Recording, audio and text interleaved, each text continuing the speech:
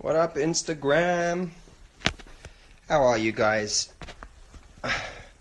We're about to shoot, but we can't shoot just yet because there's children next door.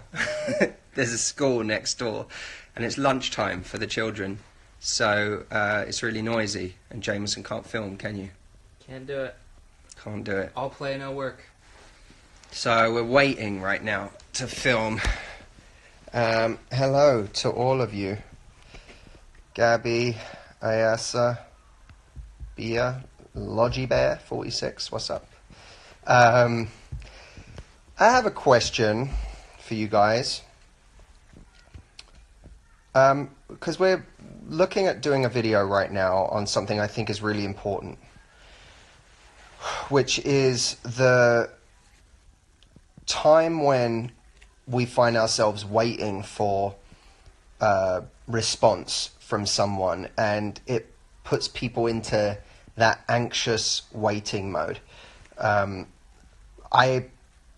So many questions that I get every week relate to people waiting for a text back, waiting for a call, waiting to be asked on a date, waiting for reassurance that someone is still thinking about them or cares about them.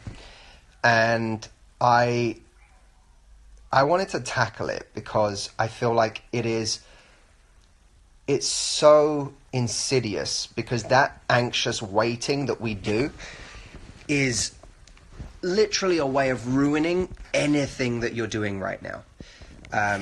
And I feel like there's so many people out there who could be enjoying their life much more if they didn't find themselves in that anxious waiting mode.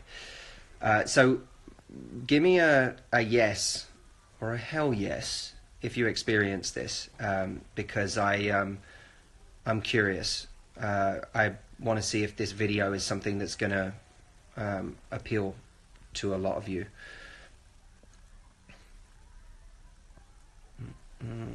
Maggie says true. How do you avoid it? Hell yes. Hang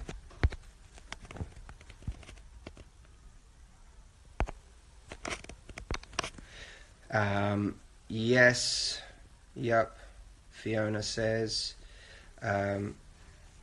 Okay, so I feel like this is an important one because that focus on why aren't they calling me, why aren't they texting me, do they still like me, do they still love me, that desperate need for reassurance, I think ruins whatever we're doing. And it also results in the wrong energy when we come back to that person. So one of two things happens. We either go to a passive-aggressive place because we're trying to play it cool, but none of us are really that great at playing it cool, where we pretend nothing's wrong, but then we end up asking someone a question like, so I guess you've been super busy today, right? And what we're really saying is, you haven't spoken to me today. You haven't been texting me today. So we either go kind of like we're playing it cool, which doesn't really work because people are pretty good at reading our energy normally, or on the other hand, what we do is we desperately seek reassurance from them. So we start to get insecure around them. We over-text or over-call them. We're looking for them to fix whatever we're feeling. And I think that's dangerous, because although I think it's important that our partner does reassure us at times, I don't think it's their job to do that 24/7. And so many people are looking for that reassurance all the time.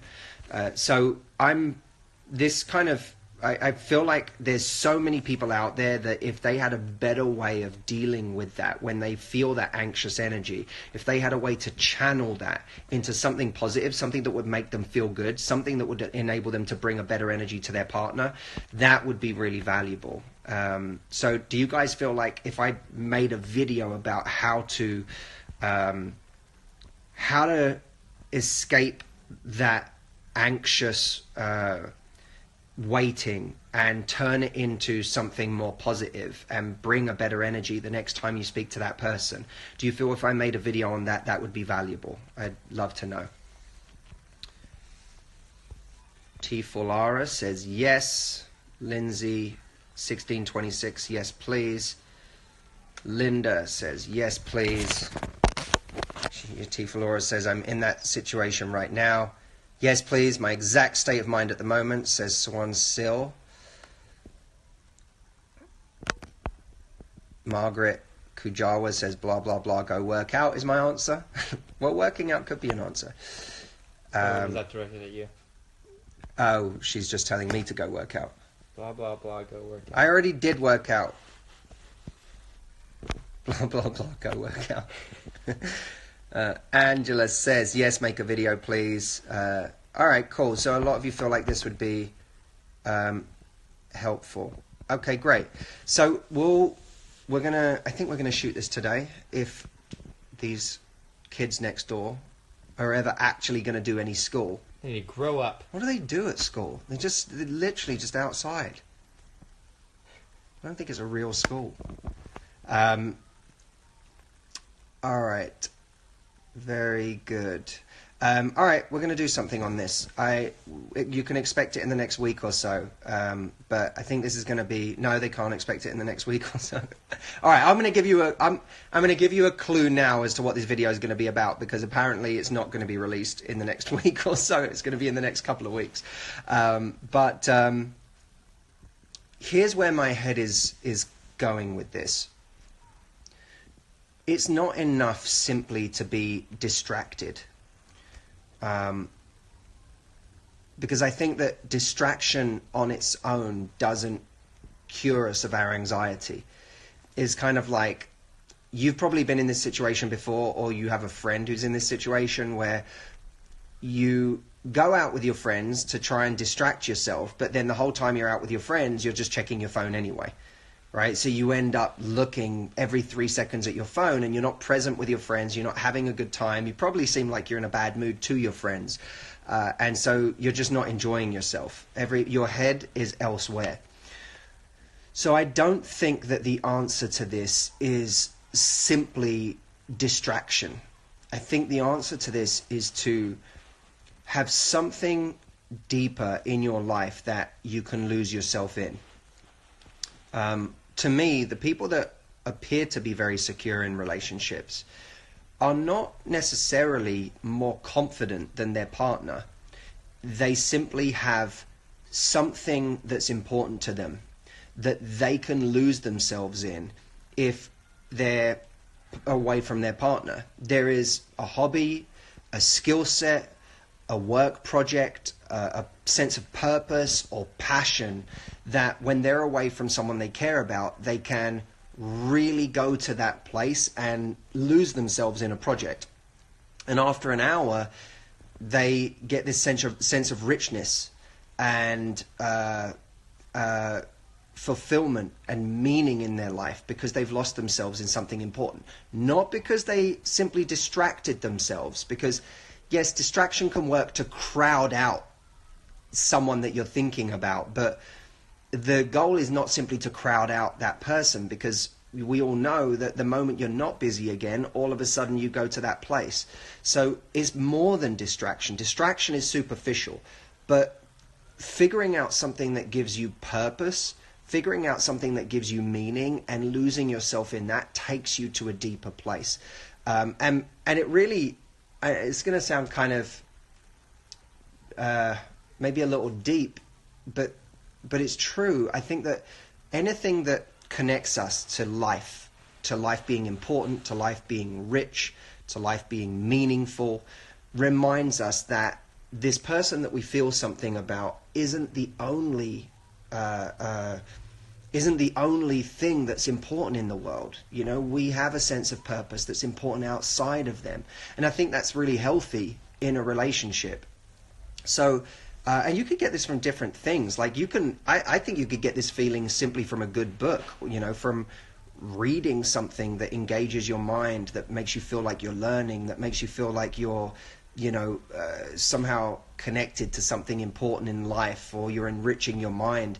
You know, and to that point earlier about working out, I do get it sometimes from the gym. It's not the only thing. And, you know, the gym in some ways the gym does it for a different reason, because the gym, to me, you let out a lot of energy at the gym, a lot of anxious energy, a lot of nervous energy, a lot of anger, all of those negative things. You let them out at the gym, and by the time you finish, you've exhausted a lot of those negative emotions, and so I find myself more peaceful. Like, not, it doesn't take away every anxiety, every problem, but I find myself 10, 20, 30% more peaceful at the end of a workout. So I think working out does work for that, but it's not the only thing.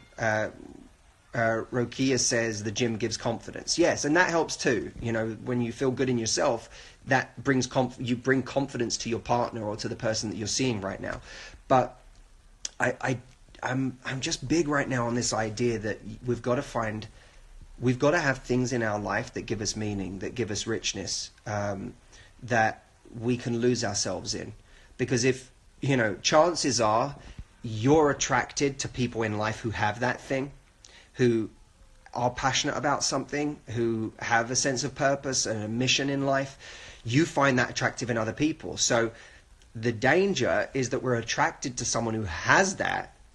Then when we end up dating them, they have this whole other world that was the reason we were attracted to them in the first place, that they can escape to, that gives them purpose outside of us. And if we don't have the same thing for ourselves, then all of a sudden there's an imbalance. And it's not a confidence imbalance. It's an imbalance in the sense that this person has this world that they can go to, that they can visit when they're away from you, and you don't have that world that you can visit when you're away from them. And I think that's dangerous, because now, regardless of who's more confident, you're going to feel like the less confident of the two, because you don't have somewhere to escape to. Your mind is just anxiously waiting for reassurance that you're worthy, that this person is thinking of you, that if this is the one thing in your life that's giving you meaning, then you go to it for all of your meaning, and now you can end up suffocating something that is really, really important to you, something you definitely don't want to suffocate. So I think that's going to be kind of the basis of the video, Jameson. We'll play around with these ideas, but I think this is very, very important. And I know that it's not easy to get yourself to do these things, especially when you are anxiously waiting. It's hard. It's kind of like depression. You're in a depression. It's hard to get yourself to even do the things that will get you out of that depression, and that's tough. You know that either working out or losing yourself in a project, connecting deeply with someone you care about, those things might help lift you, but you don't even have the motivation to do those things when you're deeply depressed. So the same thing is true when you have that anxiety and you're anxiously waiting for someone to call you, text you, ask you out again, remind you that they love you. You don't even feel like doing the things that would make you feel better. The irony is, if you could just get yourself to do them, then it would completely change your state. Yeah, I think this is going to be an interesting one. I think this is going to help a lot of people, Jameson, because I really believe so many people out there they're actually, they could be living great lives and they could be enjoying themselves so much more, but you can't enjoy what you're doing if you're anxious and fearful that someone is going to leave, or that you're not good enough for them. You can't enjoy anything anymore. It literally poisons everything. You could be having, objectively speaking, the most exciting day ever, and yet you're in that anxious state. It can poison everything else. So I look forward to making this video. It's going to be fun. I will let you guys know as soon as it's coming out, and I appreciate you guys watching this. Thank you to all of you. Thank you to all of you saying interesting things on the comments, and also to those of you saying a bunch of not very interesting things in the comments, of which I'm seeing a few. But that's fine too. All right, thank you guys. I hope you enjoyed it, and thanks for spending a few minutes with me. All right, bye.